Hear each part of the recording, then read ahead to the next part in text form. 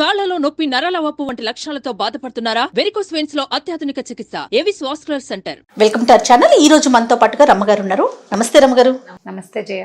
రమ్మగారు, ప్రాప్తానికి మించింది లేదంటారు. అంటే మనకి ఏది రాసి పెట్టుంటే అదే జరుగుతుంది. మనకి ఏది రావాలో అది మాత్రమే వస్తుంది. ఎప్పుడు రావాలో అప్పుడే వస్తుంది. మనం ఎంత తొందరపడినా కూడా రాదంటుంటారు కదా. ఇలా వీటికి సంబంధించి అంటే మనకి ఇలాంటి వాక్యాలు ఉన్నాయి అంటే దీనికి సంబంధించి ఏదైనా ఒక స్టోరీ ఉంటుంది బహుశా. ఒకటే బోల్డ్ ఉంటాయి. ఇలాంటిది మనం ఒకటి చెప్పుకున్నాము ఆల్రెడీ, ఒకటి రెండు చెప్పుకున్నాము. ఇది కూడా కథ బాగుంటుంది. ఓకే. పూర్వం అట ఓ రామశర్మ అని ఒక పండితుడు ఉండేవాడు ఒక పల్లెటూరులో. ఇతనికి ఏంటంటే ఎవరు చేయని పని చేయాలని అతని కోరిక. ఎవరు చేయని పని చేయాలి, ప్రత్యేకంగా ఉండాలి అలా అనుకునేవాడు. ఓకే.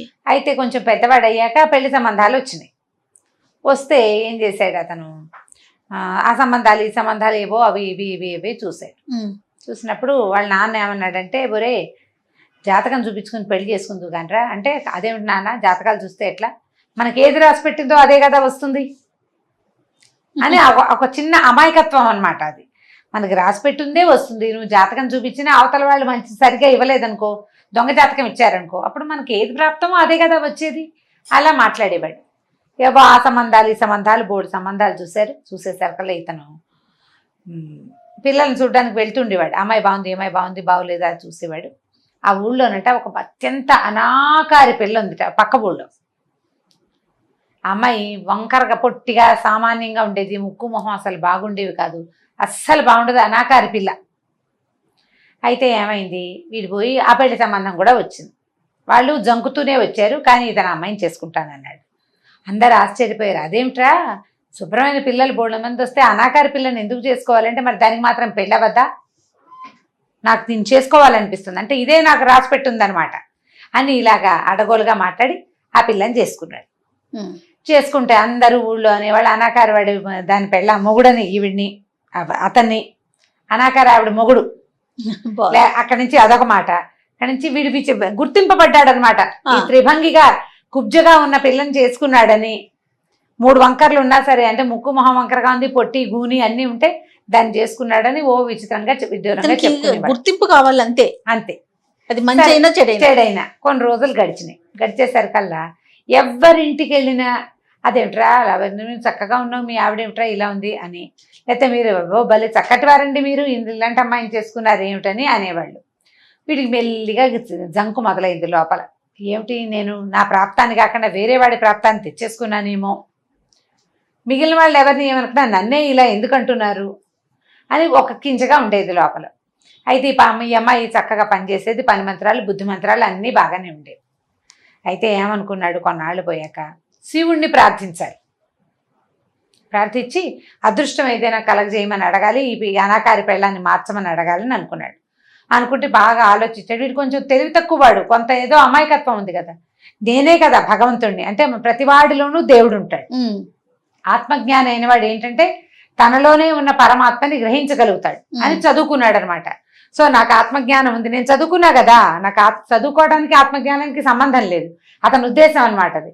కాబట్టి నేనే శివుణ్ణి అని చెప్పి ఏమన్నాడు, భార్యని ఏమే ఒక నేతి బొబ్బట్లు చేసి పెట్టు, బాగా ఒక పెద్ద మూట నిండా, నేను ఇవాళ నుంచి శివారాధన చేస్తానని అన్నాడు. భార్యకి ఏం తెలుసు వీడు ఏ శివారాధన చేయబోతున్నాడు అని బొబ్బట్లు చేసింది, మూట కట్టి బొట్లో పెట్టి అన్ని బొబ్బట్లు, ఒక చెంబుతో నెయ్యి ఇచ్చింది. ఆ నెయ్యి పుచ్చుకుని ఆ బొబ్బట్లు పుచ్చుకుని పోయి చెరువు గట్ట మీద ఒక రావి చెట్టు కింద కూర్చున్నాడు. శివోహం శివోహం అని జపం చేసుకుంటూ నేనే శివుణ్ణని ఒక్కో బొబ్బట్టు ఆ నేతిలో ముంచా నోట్లో వేసుకోవా, శివుడు లోపలున్న శివుడికి ఆహారం పెడుతున్నానని. ఇక 30-40 బొబ్బట్లు చేసి ఇచ్చింది. ఒక 15 తినేసరికల్లా పొట్ట బయటకు వచ్చేస్తుంది, ఉబ్బిపోతుంది, మింగలేకపోతున్నాడు. అయినా సరే ఎలాగోలాగా శివుడికి అవన్నీ ఆ బొబ్బట్లన్నీ పెట్టి అప్పుడు తన కోరిక కోరాలని అనుకున్నాడు. కొంచెం చల్లబడేసరికల్లా శివపార్వతులు వ్యాఖ్యాలకు వస్తారట పైన ఆకాశంలో. శివుడు పార్వతి పైన వెళ్తూ చూశారు. చూస్తే పార్వతీదేవి, అయ్యో పిచ్చివాడండి, మీరు తన లోపలే ఉన్నారనుకో, ఆ బొబ్బట్లు చూడండి చచ్చిపోతున్నాడు తినలేక, పాపం వాడి కోరిక తీర్చాలండి ఏదో విధంగా అని అన్నారు. అనేసరికల్లా సరే ఇద్దరు శివుడు పార్వతి ఇద్దరు కిందకెళ్ళారు. కిందకెళ్ళేసరికి లేపారు. ఏరనైనా ఏమిటి ఏం చేస్తున్నావంటే నీకే బొబ్బట్లు పెడుతున్నాను స్వామి, వాడు తింటున్నాడు దాన్ని తింటూ నీకే పెడుతున్నాను అన్నాడు. అనేసరికి శివుడు అన్నాడు ఏం కావాలరా అన్నాడు. ఏం కావాలి, దేనికోసం ఇలా చేస్తున్నావంటే ఇతని దృష్టి పార్వతీదేవి మీద పడింది. ఆవిడ మహాసౌందర్యవతి, పరమాద్భుత సౌందర్యం, దైవిక సౌందర్యం, అమ్మవారి సౌందర్యాన్ని నోరు తెచ్చుకుని చూస్తున్నాడు. చూస్తుంటే సరికల్లా ఏమైంది, ఈ శివుడు అడిగాడు అనమాట, ఏమిటా నాయన అదే పనిగా చూస్తా ఉంటే, మహాశయ ఆ సౌందర్యవతి అయిన భార్యను చేసుకోవాలనుకున్నాను, తర్వాత గుర్తింపబడే భార్యను చేసుకోవాలనుకున్నాను, అనాకార పెళ్ళాన్ని చేసుకున్నాను, ఏం చేయాలో తెలియట్లేదు అంటే, సరేలే నీకు 3 రాళ్ళు ఇస్తాను, నువ్వు ఏం కావాలని కోరుకుంటున్నావో కోరుకుని రాయి విసిరేయి, అప్పుడు నీకు కావాల్సింది జరుగుతుంది, నువ్వు ఏం కోరుకుంటే అది అని చెప్పి 3 అంతంత గులకరాళ్ళు ఎత్తి చేతిలో పెట్టాడు శివుడు. శివుడు పార్వతి ఇద్దరు డింగమని మాయమైపోయారు. వీడేం చేశాడు, ఇంటికి వెళ్ళాడు. ఇంటికి వెళ్ళి అక్కడి నుంచి భార్యను చూసేసరికల్లా భార్య అడిగింది, ఏమండి బొబ్బట్లన్నీ ఏమైనాయండి, స్వామికి ప్రసాదం పెట్టి తెచ్చారంటే, లేదే బొబ్బట్లన్నీ స్వామివారు సేవించేశాడు, వరం ఇచ్చాడు, ఉండు నేను నీకు మంచి మాట చెప్తానని ఆ రాయి ఎత్తి చెరువులో వేసేసి నా భార్య అతలోక సౌందర్యవతి అవ్వాలని కోరుకున్నాడు. ఈ అమ్మాయి బ్రహ్మాండంగా మారిపోయింది, మామూలు అందం కాదు, మెరిసిపోతోంది. అబ్బో ఎంతో బాగుంది. అక్కడి నుంచి భార్యను చూసి చాలా ఆనందించాడు, సంతోషించాడు, ఇక చెప్పలేని సౌందర్యం. అక్కడి నుంచి ఏమైంది, సరే తెల్లారిపోయింది. పొద్దున్నే ఈయన సంధ్య వార్చుకోవడానికి వెళ్ళాడు. ఈ అమ్మాయి ఏమో మంచినీళ్ళు తెచ్చుకోవడానికి చెరువుకు బయలుదేరింది. చెరువుకు బయలుదేరితే అందరూ ఎవరమ్మాయి ఏ ఊరమ్మా అని అడుగుతున్నారు. నేనేనండి ఫలానా రామశర్మ భార్యని, మా ఆయన శివుడి దగ్గర వరం అడిగి నన్ను అందంగా తయారు చేశాడని చెప్పింది. ఊళ్ళో వారా వీర అందరూ ఆపి అడిగింది, నిజమా అవునా అని ఆశ్చర్యపోయే లోపల బాగా ఎండెక్కిపోయింది. ఆయన ఇంటికి రాలేదు ఇంకా. చెరువు నుంచి మండలాధీశుడు, ఆ ఊరు మండలానికి నాయకుడైన ఒక సైన్యాధిపతి ఆ వైపుగా వస్తూ ఈవిని చూసి మోహించాడమ్మా ఎంత అందంగా ఉంది అని దగ్గరికి వెళ్ళాడు. వివాహం చేసుకోనని అని అడిగాడు. నేను వివాహితనండి, ఫలానా రామశర్మ గారి పెళ్ళాన్ని, నాకు పెళ్ళికి కుదరదండి మీతోటి అనేసరికి గుడ్లు మండు మండిపోయింది.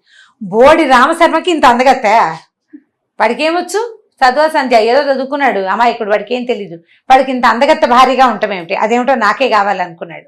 సరే ఇలా లాభం లేదని వెళ్ళిపోయి ఒక 60 మంది సైనికుల్ని పంపించాడు. ఫలానా రామశర్మ ఇంట్లో అందమైన అమ్మాయింది, దాన్ని బట్టురంటారు.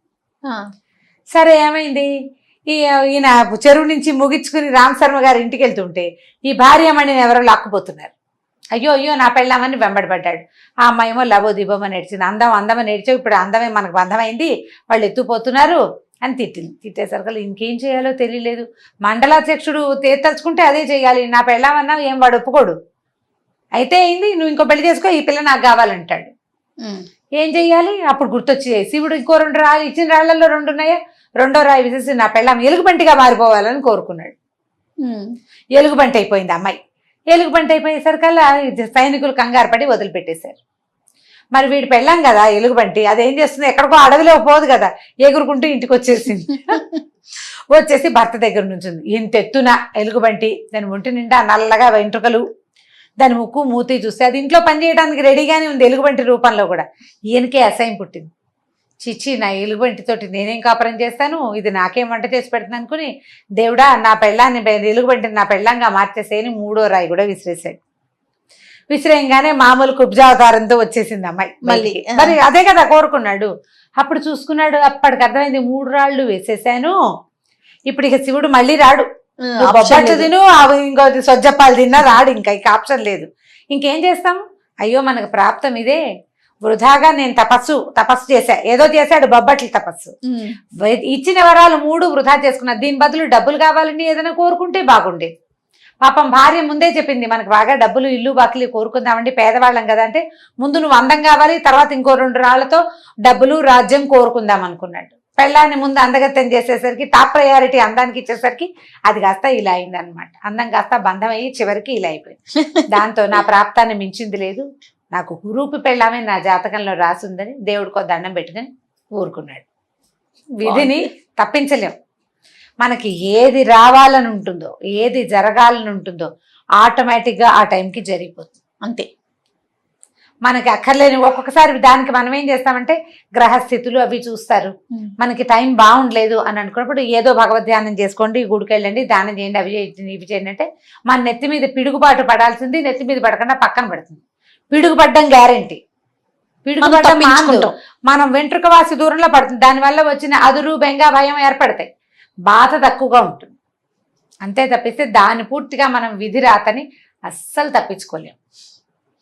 బాగుంది రమ్మగారు, చిన్న కథ కదా, చాలా బాగుంది. ముందు నీతి ఉంది కథలో. అదే రైట్ రమ్మగారు, ఇంకో స్టోరీతో కలుద్దాం. తప్పకుండా చేయం.